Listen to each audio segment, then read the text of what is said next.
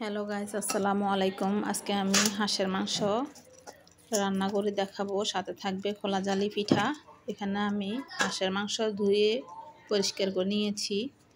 এখানে আমি greater machine দিয়ে সবগুলো পেঁয়াজ, রসুন, আদা গ্রেট করে নিয়েছি। সবগুলো আমি এভাবে গ্রেট করে নিয়েছি। এখন দিয়ে দিচ্ছি একে একে পেঁয়াজ, রসুন, আদা। এই যে দেখুন, দিয়ে দিলাম স্বাদ মতো লবণ, দিয়ে দিচ্ছি হলুদের গুঁড়া, পরিমাণ মতো মরিচের গুঁড়া, দিয়ে দিচ্ছি মশলার গুঁড়া। এখানে দিয়ে দিচ্ছি গরম মশলার গুঁড়া, এলাচ, গোলমরিচ, লং, তেজপাতা, দারুচিনি দিয়ে ভেঙে দিচ্ছি।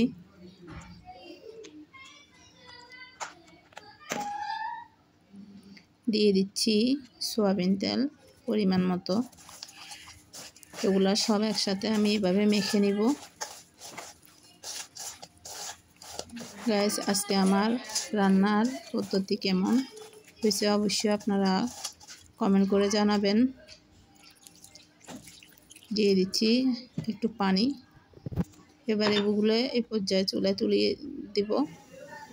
এখানে আমি ধনিয়া পাতা, কাঁচামরিচ কেটে নিয়েছি, সাথে দিব আলু। এই যে আমার কিছুক্ষণ চুলায় রাখার পরে পর্যায়ে এগুলা ভালোভাবে আমি কষিয়ে নিব। অনেকক্ষণ ধরে নেড়ে চেড়ে ঢেকে ঢেকে কিছুক্ষণ পর পর আমি নেড়ে চেড়ে দিব।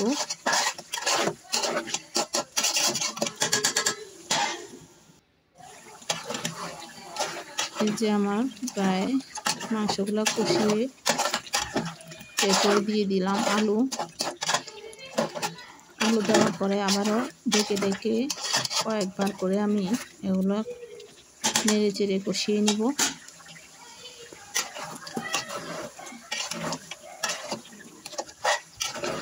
দেখুন, যেহেতু হাঁসের মাংসটা যত চুলায় দিয়ে নেড়ে চেড়ে কষাবে তত এটার স্বাদ বেড়ে যাবে।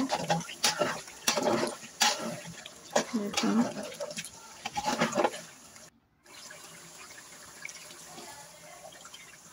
দিয়ে দিচ্ছি আমি গরম পানি। আমার মাংসটা কষানো হয়ে গেছে। এরপর দিয়ে দিলাম ফুটন্ত গরম পানি পরিমাণ মতো।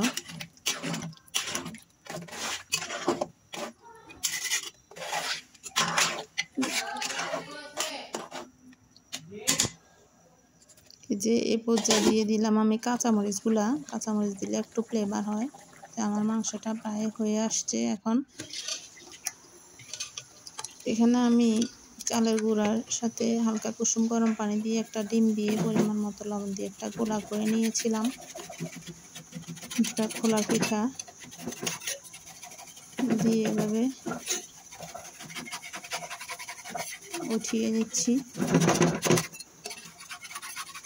শীতের দিনে হাঁসের মাংস দিয়ে খোলা জালি পিঠা দিয়ে খেতে অনেক মজা।